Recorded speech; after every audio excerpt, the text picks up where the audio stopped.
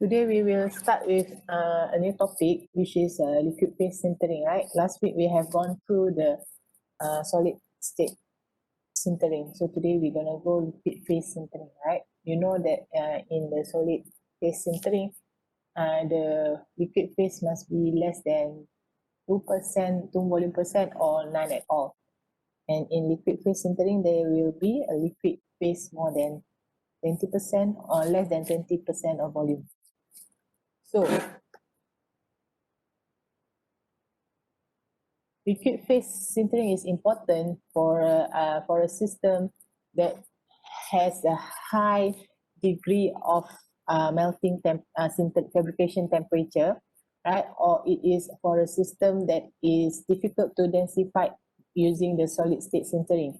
For example, for ceramics that have high degree of covalent bonding, such as silicon carbide and silicon nitride, okay?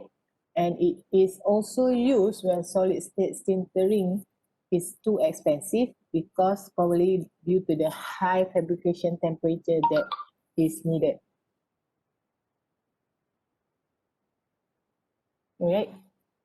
High temperature is for example for aluminum oxide and zirconium oxide, okay? So the advantage of liquid phase sintering is that it uses lower firing temperature than is required in solid state sintering. Okay, but it seems that it has more disadvantages than the advantages. Okay, for example, the liquid phase that promote sintering will will remain as a glassy grain boundary when we finish the whole process. And this grain boundary will cause will soften prematurely and cause reduction in the creep resistance of the solid. So in this figure, as you can see that we have the glassy phase here. Okay, right? We have the glassy phase left after firing process has completed, right? And it is also not easy to control the grain growth during LPS because the liquid can enhance coarsening process, and therefore it is difficult for you to achieve fine grain microstructure. We know that smaller grains will have higher, better mechanical properties, right? And also the presence of additional phase may make the analysis and understanding of certain aspect of LPS is more difficult. So in liquid phase sintering, you will have the main sintering body that you want, and also you will have additive, which will be the liquid phase. So with this additional phase, it is difficult for us to analyze the system, to understand the system, okay? So many ceramic systems are sintered in the presence of liquid phase, less than 20% of liquid phase. So this is an example of liquid phase systems and application, right? You can have what are the systems here, right? Here, and what is the application, okay? So this is some examples. So if we look at this diagram, we are comparing between a solid state sintering and a liquid phase sintering. So in solid state sintering, you have two grain boundaries, two grains touching each other, and then necking will form, right? And you can have the grain diffusion to allow densification, right? For the liquid phase sintering, you can see that this is the liquid phase, right? So you can have the two grain here, right? Whereby when once the liquid has been formed, it will penetrate between the grain boundaries, right? It will be here. It will move between the grain boundary and also the pores. And you can see that the grain surface here become flattened because some of this will dissolve in the liquid phase. So in LPS, the particles will be separated by liquid bridge, okay? And the transportation is much faster at the sintering temperature, and providing the solid of the solid, like I said just now, is fairly soluble in the liquid. So some of this is soluble in the liquid. if the liquid phase is more than 20 volume percent, that liquid must be very, very viscous to ensure that no slumping or flow, right? So we in liquid phase sintering, it is crucial that the liquid must be able to wet the grain, okay? Right? It must be able to wet the grain. And also, if too much of liquid phase is present, you will induce bubbles inside, and that will lead to formation of more pores in the system. So the requirement for LPS is the presence of liquid at the sintering temperature, and the liquid must be able to wet the solid, and also the solid must be able to must be soluble to some extent inside the liquid. Okay, so there are three stages in liquid phase sintering. Okay, we have rearrangement, solid solution precipitation, and coarsening and pore elimination or Oxford ripening. Okay, so these are the three stages in LPS. So this in this diagram, okay, so this is the first part, okay, mixing. You mix the powders, all right, as the base, and then the dark ones are the additive that will be the liquid phase when reached at the sintering temperature, and you also have pores, okay. The first step in liquid phase sintering is that once the liquid has become and once the additive has melted and becomes a liquid, first thing would be the rearrangement of the grain, okay. The liquid formation, it will spread between the grain, and you can see that the rearrangement of the grain will occur. Secondly, solution precipitation will happen, okay. Like just now I said that some of the grain will be soluble in the liquid, right? So there will be some flattening of the grain surface here, and this will happen through diffusion, okay. So some will dissolution will occur, and it will precipitate again in another grain, okay. And also at this stage, okay, we can have grain growth and shape accommodation. That means the grain is rearranging at itself, okay. Finally, you can have the solid state where there is a pore elimination, grain growth, and contact growth. So once this has no more pores, then the grain will start to grow, okay. So first stage would be the rearrangement of the grains, okay. Melt flow and penetration will happen. Repacking of the grain as well as a rapid densification or swelling. At this first stage, you can see that the particles or grain will start to move to arrange themselves, okay. In the stage 2, you will see solution reprecipitation process where it is a diffusion control, and densification can happen in this stage, and also you can have grain growth and neck formation. The final stage, which is the solid stage, is that it's already a rigid structure has been formed. The grain growth has coalescence between two grains, right there, and also when they are either they will stick together, and that will cause grain growth, and also you can see that at some parts pore coarsening will happen. So in stage 1, right here, stage 1, this is this is the additive. So the additive becomes a liquid, and it will go through between the grains, and these grains will start to turn and rearrange themselves. And in the next page, right, the liquid may penetrate inside the grain, right, right, and it will becomes the grains will become fragmented, okay. So uh, with good liquid wetting between the liquid and the particulate solid, the particles rearrange themselves under the action of the surface tension to produce a more stable packing, right? This is will be the more stable packing. So here, in here, capillary stresses will cause the liquid to redistribute itself between the particles and into the pores, leading to further rearrangement, right? So it will redistribute inside the pores all right, and also inside the grain, so that you can have a more rearrangement, rearrangement which is more stable. Okay,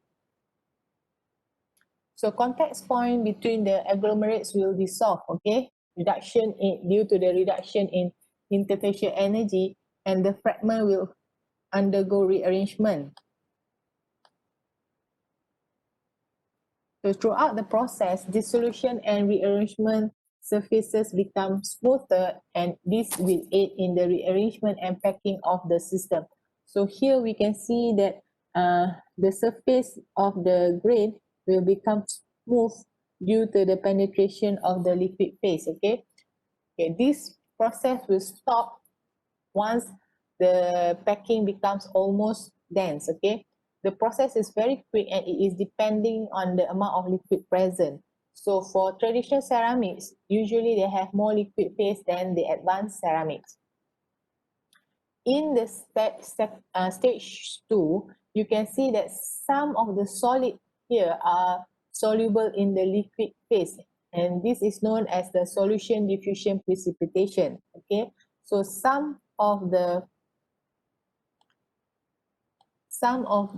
these solid can dissolve in the liquid phase. Okay, so the solid dissolve at the solid liquid interfaces with higher chemical potential and diffuses through the liquid, and again what dissolve here, it might precipitate on another particle at the other side. That means it can dissolve here and it can go to here, right, with to a site with a lower chemical potential. So solution precipitation from smaller particles and highly curved surfaces leads to flattened boundaries and more densely packed grains. So the smaller one will dissolve more, and it will precipitate on the bigger ones due to the curvature, right? We have the convex and concave surface, right? So this one can go here or here, right?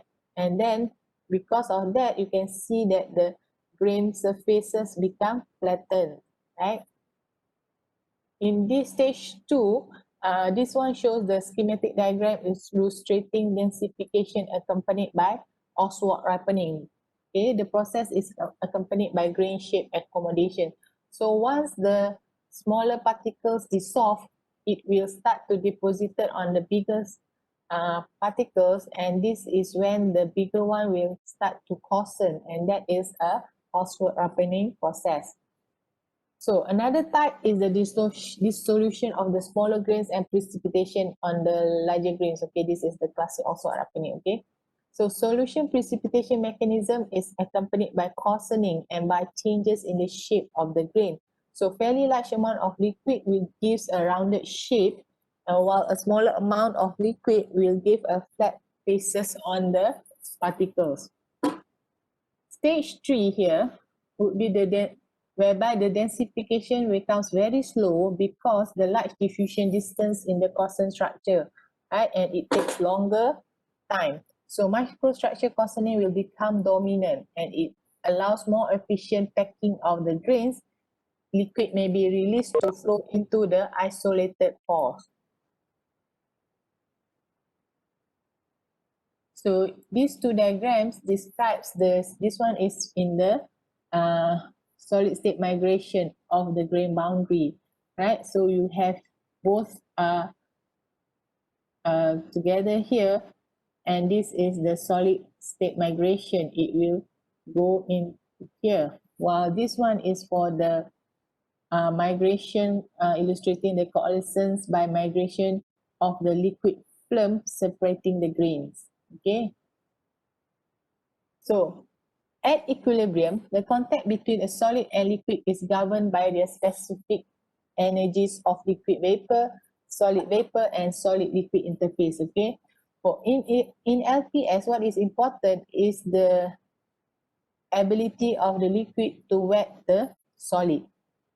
So for the liquid to wet the solid, the theta must be less than 90 degrees, all right? So here we can see at stage 3, you can see that if the theta is less than 90 degrees, then you will have a good wetting, complete wetting, And here would be the cause of interfacial tension, while here we have a poor wetting, okay?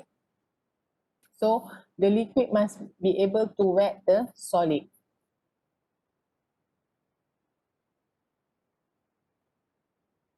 Also, the shape of the liquid and the grains will influence the wetting of the system also, right? So if you have here, you can have the theta angle here, grain boundaries, and then the liquid phase. The equilibrium shape of the liquid phase depends on the volume fraction of the liquid phase and on the dihedral angle. Okay, here. So phase diagram is a useful guide when you want to do liquid phase sintering, because in that system, in the phase diagram, we can see the major component, and also we can know what is the liquid producing additive that will help in the sintering process. Okay, so when you want to do that, the first task is you have to determine which additives will form a liquid phase with the major component and under what condition. Okay, for a given system, the amount of additive must be determined so that the composition falls in a phase field where a liquid phase is present. You must find the suitability between the liquid producing additives and also the major component of your system, so that you will have good wettability and you can sinter your uh, body, ceramics body. Is there any question now? Ada soalan tak?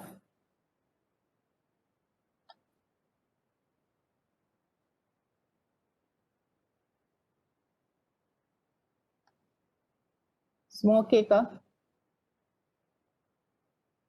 I think some of you will might have internet connection problem, like because they keep going in and coming in, keluar masuk kan.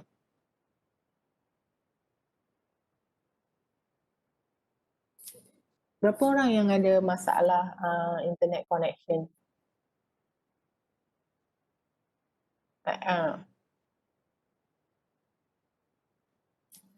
Chua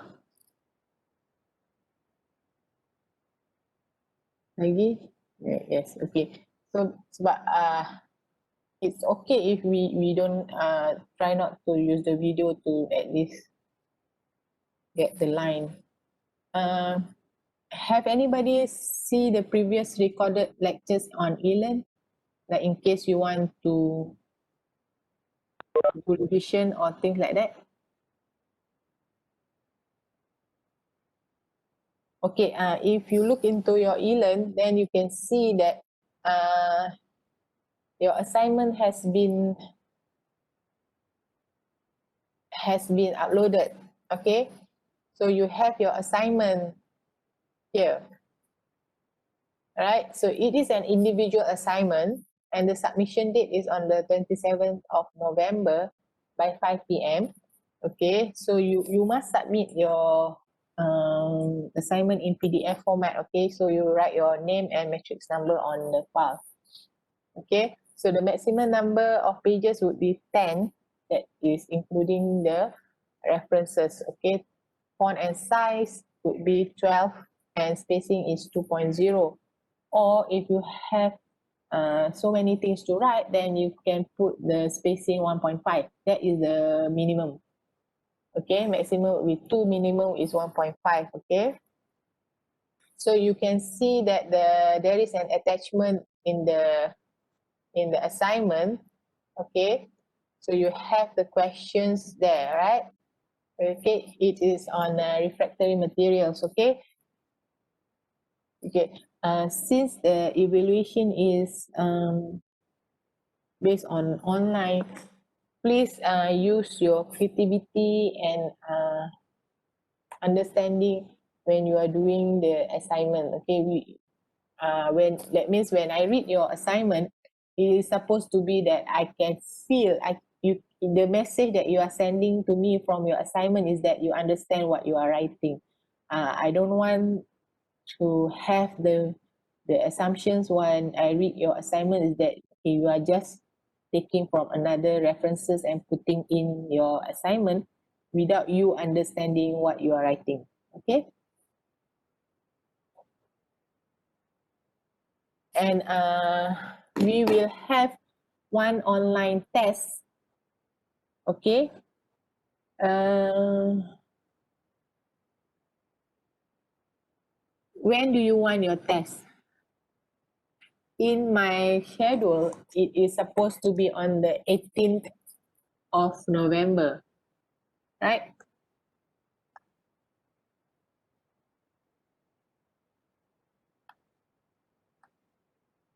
So is 18 November okay for test? That would be another, you will have another 1 week plus to study. Is that okay? Can we have the test during class time? Right, we will have on Wednesday, the 18th. Boleh? Wednesday, 18th. Okay, so test would be on the 18th of November.